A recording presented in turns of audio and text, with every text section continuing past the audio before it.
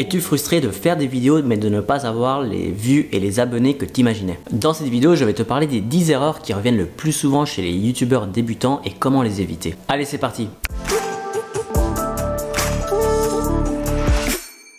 Hello, c'est Nico, j'espère que tu vas bien. Ces temps-ci, je reçois pas mal de questions de votre part et il y en a une qui revient assez régulièrement. Pourquoi ma chaîne ne décolle pas? Et quand moi je vais sur ces chaînes, je me rends compte d'erreurs qui sont assez évidentes maintenant que ça fait plus d'1 an que je suis sur YouTube. Et c'est pour ça que j'avais envie de faire cette vidéo de manière à vous aider à ne plus du tout les faire. Première erreur, ne pas fixer l'objectif. L'objectif, c'est la caméra de ton smartphone ou ton appareil photo, peu importe, c'est là où est captée l'image. En ce moment même, je fixe l'objectif pendant que je te parle et ça crée un contact visuel et ce contact visuel est extrêmement important. Au contraire, si au lieu de te regarder toi directement, je fixe le regard un peu plus loin, je vais perdre ce contact visuel avec toi et c'est super important de le garder parce que c'est ce genre de choses qui peut faire décrocher une personne d'une vidéo. Ce qui arrive souvent, c'est que la plupart des gens filment avec la caméra avant de leur smartphone de manière à avoir un retour visuel, mais du coup ils ont tendance à regarder leur propre visage plutôt que de fixer l'objectif. Moi par exemple, pendant un temps je me fixais avec ce smartphone là et tu vois, j'arrêtais pas de fixer le petit bonhomme qui était là, ça me déconcentrait, je fixais toujours le petit Spider-Man et je perdais le contact visuel. Même si ton contenu est de qualité, si je perds le contact visuel avec toi, je vais me dire mais qu'est-ce qu'il a celui-là à me regarder mon front, à me regarder mes cheveux, bon j'en ai pas mais t'as compris l'idée. Deuxième erreur, spammer les autres chaînes. Ce que j'entends par spam, c'est les youtubeurs qui écrivent sur les vidéos d'autres youtubeurs des commentaires du style abonne-toi à ma chaîne. Pire encore, des gens qui mettent des liens vers leurs propres vidéos sur les commentaires d'autres vidéos qui n'ont rien à voir. Le tout en espérant se faire de la pub, en espérant d'avoir plus de vues. En réalité, ça fait tout l'effet contraire, ça fait désespérer. Ne le faites surtout pas. Sur YouTube, comme dans n'importe quel média, si tu souhaites apporter l'attention sur toi, tu vas devoir apporter de la valeur aux gens. Moi, je regarde énormément de vidéos d'autres youtubeurs, je regarde les commentaires et j'apporte de la valeur. Si une personne pose une question et puis que le youtubeur en question il n'a pas encore répondu à ces questions et moi je connais la réponse, je vais donner justement de la valeur à cette personne en lui donnant la bonne réponse. Et dans ce cas-là, uniquement la personne va cliquer sur mon profil et se rendre compte que je fais également des vidéos YouTube.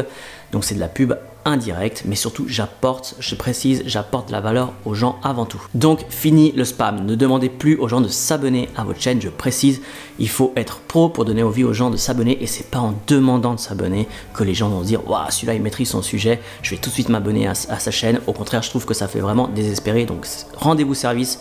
Arrêtez de le demander. Troisième erreur, des mauvais titres. Une erreur que je vois souvent est un mauvais choix de titre. Quand tu as des centaines de milliers, voire des millions d'abonnés, peu importe le titre que tu vas donner à ta vidéo, tu es sûr d'avoir des vues parce que tu as déjà une audience fidèle à ton contenu. Mais quand tu commences, et je te rassure, ça concerne mon cas également, tu te dois de bien choisir tes titres. Un bon titre est quelque chose qui correspond à ce que quelqu'un aurait tapé sur la barre de recherche de YouTube. Quasi toutes mes vidéos ont été faites avec ce critère-là. Comment faire une bannière YouTube, comment faire une miniature YouTube, comment créer une chaîne YouTube. Ce sont toutes des vidéos qui répondent à une question que se posent beaucoup de gens, c'est pour ça que ça me fait beaucoup de vues, donc bien choisir ces titres. Pour m'aider à trouver les bons titres et les bons tags de ma vidéo, j'utilise TubeBuddy, j'en ai fait une vidéo récemment, je te mets le lien ici et ici. Quatrième erreur, ne pas être consistant. Il est complètement inutile de faire une vidéo par jour pendant 10 jours et ensuite plus rien. Il vaut mieux faire une vidéo par semaine pendant 10 semaines. Compare simplement ta chaîne YouTube à une chaîne TV. Si tu dois systématiquement attendre des semaines et des semaines pour avoir un nouvel épisode de ta série préférée, tu vas clairement te lasser. Donc le fait de créer du contenu régulièrement va inciter les gens à s'abonner à ta chaîne. De plus, l'algorithme de YouTube récompense les créateurs de contenu qui publient régulièrement du contenu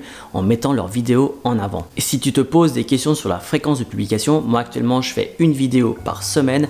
Dis-toi bien que la bonne fréquence est la fréquence qui te permet d'être toi régulier dans ta publication de contenu, mais surtout qui te permet d'avoir un certain plaisir parce que c'est pas trop stressant pour toi de suivre cette fréquence. Cinquième erreur, ne pas avoir d'accroche. Sur YouTube, les 5 à 10 premières secondes de ta vidéo sont extrêmement importantes. C'est là où tu vas devoir attirer la curiosité, attirer l'intention de celui qui regarde ta vidéo. Par accroche, j'entends pas du tout la vidéo d'introduction avec ton nom, des animations qui peuvent défiler comme ça.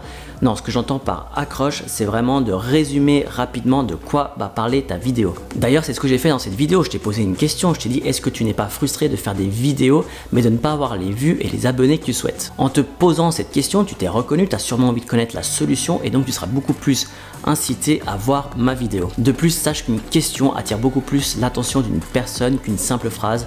Donc les questions, c'est quelque chose que j'essaie de mettre de plus en plus en avant les premières secondes de mes vidéos. Vraiment, fais en sorte d'accrocher dès les premières secondes de ta vidéo, l'attention de l'utilisateur ne passe pas, vraiment ne passe pas 1 à 5 minutes à raconter ta vie car tout le monde s'en fout. Tu peux tout à fait raconter ta vie si tu as déjà une belle audience et une belle communauté derrière toi, mais quand tu débutes, focalise-toi sur l'accroche. 6e erreur, un décor d'amateur. C'est quelque chose qui moi m'a semblé logique depuis le début, mais je me rends compte que c'est pas le cas de tous les youtubeurs débutants. Il n'y a rien de pire, et pourtant je vous jure que je l'ai vu, qu'une personne qui se filme dans sa chambre en pagaille. Des affaires qui pourraient traîner et que tu vois en arrière-plan de ta vidéo, ou tout simplement un bureau mal rangé, prends le temps de ranger l'espace où tu vas te filmer. Ou alors encore autre chose, c'est que ta chambre est bien rangée, mais il y a tellement de choses, des armoires, une télé, il y a tellement de choses qui se passent derrière toi que finalement ça va distraire un peu la personne qui regarde ton vidéo. Dans ce cas-là, choisis une chambre qui est un peu plus, on va dire, neutre d'un point de vue décoration. Moi par exemple, j'adore me filmer dans ce salon parce que déjà c'est extrêmement lumineux et surtout il n'y a pas grand chose de distrayant en arrière-plan. Il y a juste 2-3 éléments derrière moi, ça donne un côté vivant à la pièce, c'est déjà beaucoup plus sympa qu'un mur tout blanc par exemple. Donc à toi de trouver un compromis pour avoir une chambre qui ne soit pas trop distrayante pour la personne qui regarde ta vidéo, qui passerait son temps à regarder tous tes objets que tu as derrière toi,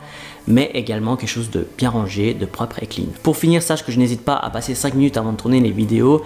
Par exemple, je vais m'assurer, avant j'enlevais une bouteille d'eau qui traînait, des verres et ce genre de choses. Voilà, de manière à enlever tout ce qui n'a pas lieu d'être, tout ce qui n'apporte aucune valeur à l'univers que j'ai envie de créer. 7e erreur, des vidéos de mauvaise qualité. Pour des vidéos de bonne qualité, il te faut un bon son, une bonne lumière et une bonne image. Pas besoin de dépenser un seul centime quand on débute, mais pour la lumière, filme-toi dans une pièce lumineuse comme moi actuellement.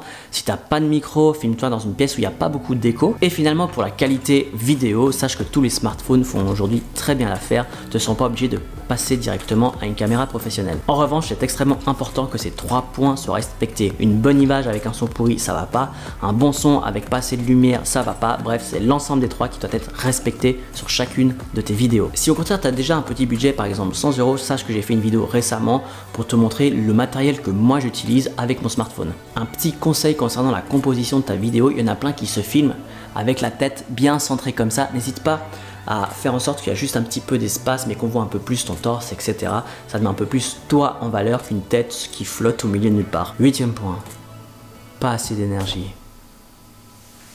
Il n'y a rien de plus ennuyant qu'une personne qui parle d'une voix monocorde et qui n'a pas du tout la patate. Même si tu as super bien bossé ton accroche, tu dois faire en sorte de garder l'attention de l'utilisateur du début à la fin de ta vidéo. De plus, l'énergie que tu dégages est grandement réduite face à la caméra, donc n'hésite pas au début à exagérer un peu. Moi, je fais mes vidéos après le travail, donc c'est pas vraiment le moment de la journée où j'ai le plus la patate, et pourtant, je n'hésite pas à sauter, à faire des pompes, peu importe, quelque chose qui réveille un peu mon corps, parce que justement après une longue journée de travail, j'ai pas du tout envie de me retrouver face à une caméra et de t'ennuyer parce que j'ai pas du tout l'énergie. Donc n'hésite pas à te mettre dans une condition favorable avant de tourner la vidéo. 9e erreur, trop de liens externes. Quand tu débutes sur YouTube, tu sais te créer une audience, c'est-à-dire une base de gens qui vont s'abonner à ta chaîne. Il est donc complètement inutile de rediriger ces gens sur ta page Instagram ou sur ta boutique e-commerce. Au début, c'est pas du tout le bon moment pour faire ça. Sache que si les gens restent sur YouTube grâce à toi, YouTube va énormément te récompenser en mettant en avant ton travail. Au contraire, si tu passes ton temps à rediriger les gens en dehors de YouTube, YouTube va te pénaliser. Moi, clairement, je suis en train de monter tout un business autour de ma chaîne YouTube, donc il y aura des liens externes par moment,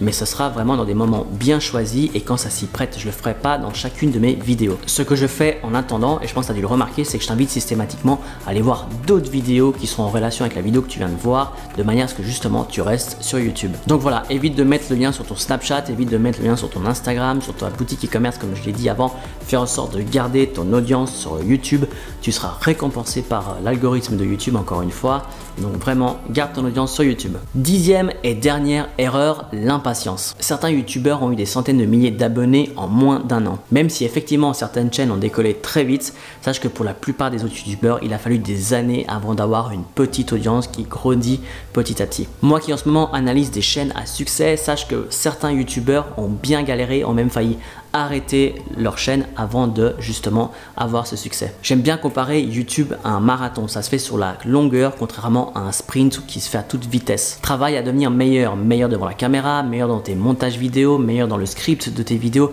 etc. etc. Plus tu vas pratiquer, plus tu vas faire de la vidéo, plus tu seras meilleur. Évite vraiment, et c'est mon dernier conseil, évite d'éviter de penser aux vues, au nombre de vues, au nombre d'abonnés. Concentre-toi sur le travail que tu fais.